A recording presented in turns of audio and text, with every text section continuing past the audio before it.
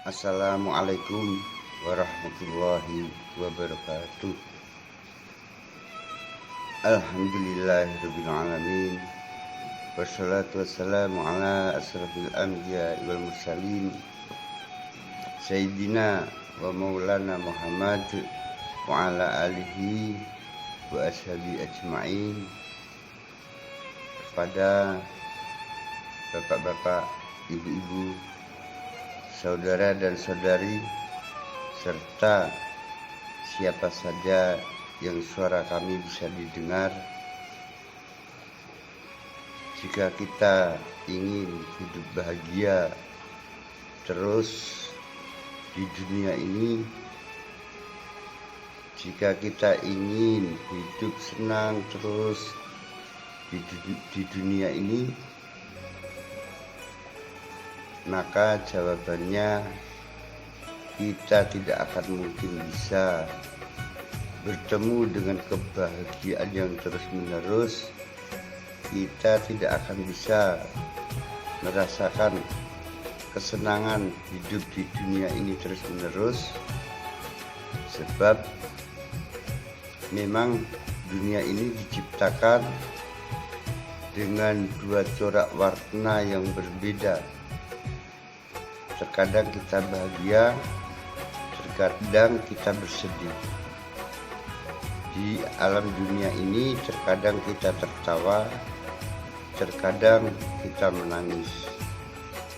Meskipun kita pergi ke ujung dunia, maka kita tidak akan pernah mendapatkan kehidupan yang bahagia terus-menerus. Selalu saja kita akan temui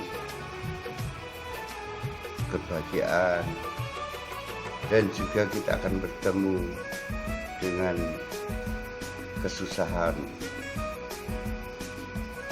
Oleh karenanya perlu kita ketahui bersama bahwasanya ketika kita ingin hidup bahagia terus-menerus, syaratnya hanya satu saja, yaitu kita harus pindah ke alam surga terlebih dahulu. Kita pindah ke surganya Allah terlebih dahulu, baru kita akan menemukan kebahagiaan yang terus-menerus. Kalau kita di alam dunia ini sempat merasakan kesedihan, sempat merasakan kesengsaraan, sempat merasakan kesulitan, maka apa saja problem-problem masalah yang kita hadapi, sebenarnya kita ini seperti seorang pembalap yang berada di area balapan, kemudian pembalap tersebut terjatuh dari sepeda motornya, bergulung-gulung, badannya penuh dengan luka. Kemudian melihat musuh-musuhnya telah melewatinya dengan jarak yang jauh, tidak mungkin pembalap tersebut bisa mengejar musuhnya. Jangankan mengejar musuh, untuk mengangkat badannya saja seorang pembalap yang jatuh tadi sudah tidak begitu kuat lagi. Maka jatuhnya kita ini perlu kita ketahui bahwa jatuhnya seorang pembalap bukan berarti pertandingan telah selesai.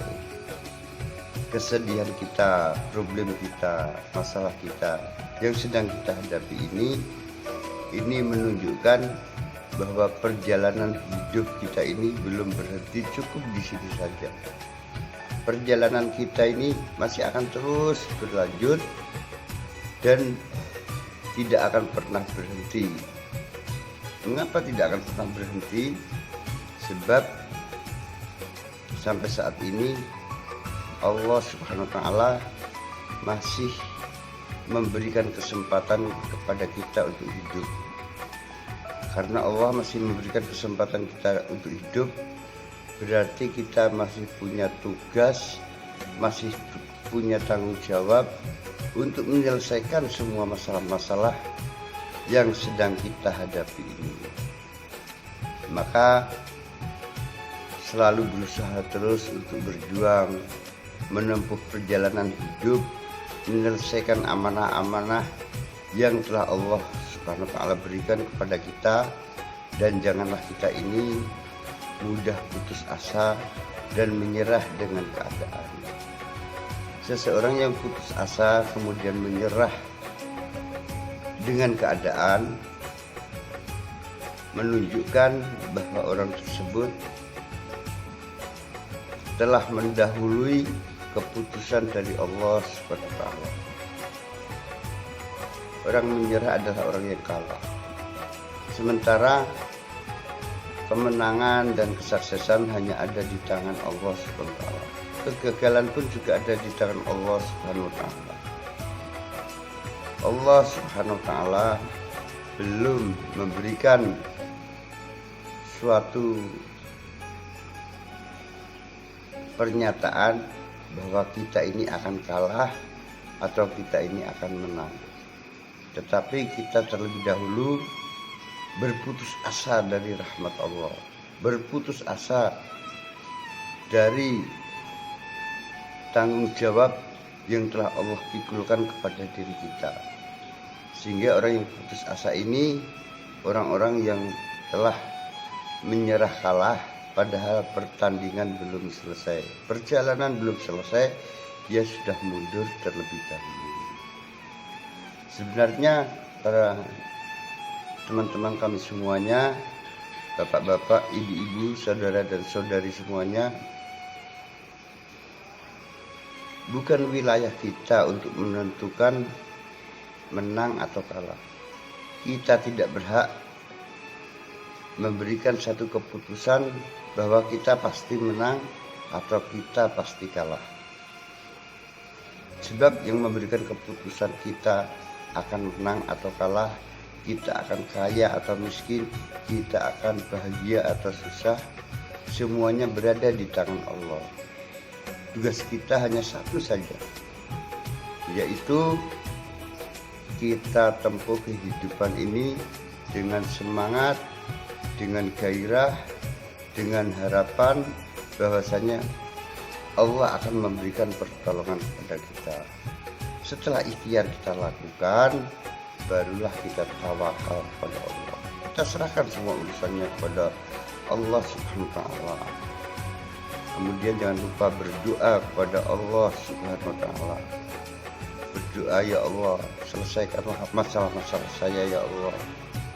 Ya Allah, selesaikanlah hutang-hutang kami, ya Allah. Ya Allah, mudahkanlah perjalanan kami, ya Allah. Berikanlah kami kesehatan, ya Allah. Kita berdoa, dan berdoa pun juga perlu kita sadari bahwa setiap doa kita harus sadar bahwa diri kita ini tetap sebagai seorang hamba. Kita bukan Tuhan, tapi kita hamba. Kita adalah manusia ciptaan Allah Subhanahu wa Ta'ala. Doa ini bukan menunjukkan bahwa setiap doa harus terwujud. Allah pasti mengabulkan doa kita. Tetapi perlu kita sadari bahwa terkabulnya doa kita, soal waktunya kapan, tempatnya di mana, itu urusan Allah Subhanahu wa Ta'ala. Bisa jadi kita menyelesaikan masalah-masalah, berusaha, berikhtiar, kemudian berdoa, tetapi Allah menyelesaikan masalah tersebut tidak sesuai dengan apa yang menjadi keinginan kita. Tetapi permasalahan-permasalahan tetap akan dipikirkan, tetap akan dibantu oleh Allah, sehingga kita berdoa kepada Allah. Doa ini adalah wujud bahwa kita ini sangat butuh kepada Allah Subhanahu wa Ta'ala. Kita ini hamba yang lemah, yang tidak dapat berbuat apa-apa kecuali jika Allah menolong kita. Oleh karenanya kita berdoa, ya Allah, selesaikanlah masalah-masalah kami, ya Allah. Ya Allah, tunjukkanlah kami jalan yang lurus ya Allah. Setelah kita berdoa, kemudian kita berbaik sangka kepada Allah Subhanahu wa Ta'ala.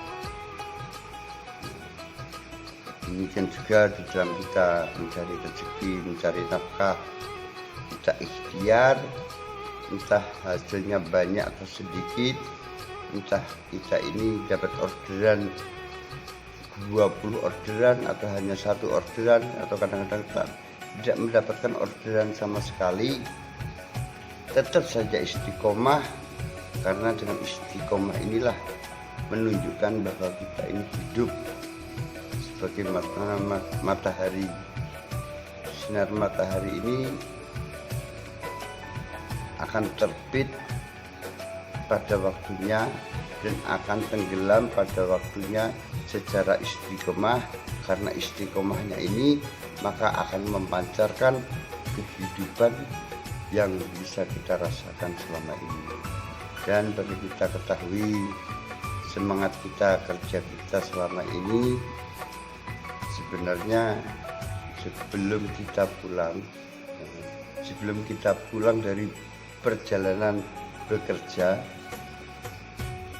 sebenarnya keluarga kita, anak istri kita sudah menunggu kita di depan pintu rumah. Seolah-olah mereka berkata, "Selamat datang wahai pahlawanku yang telah berjuang memikirkan keluarga. Selamat datang wahai pahlawanku." Mereka mengharapkan, keluarga kita mengharapkan diri kita ini membawa oleh-oleh yang sangat diharapkan. Apa itu oleh-olehnya? Oleh-olehnya adalah kita membawa sesuatu, yaitu bahwasanya kita tidak akan pernah menyerah dan kita tidak akan pernah berputus asa dalam menghadapi kehidupan ini. Ketika kita tidak pernah berputus asa, ketika kita tidak pernah menyerah dengan keadaan, disinilah letak kebahagiaan keluarga kita, anak dan istri kita. Semoga yang sedikit ini ada manfaatnya, sama-sama niat untuk kita amalkan, kita wujudkan dalam perbuatan, dan kita sampaikan kepada saudara kita yang lain. Wabillahi taufiq wal hidayah. Wassalamualaikum warahmatullahi wabarakatuh.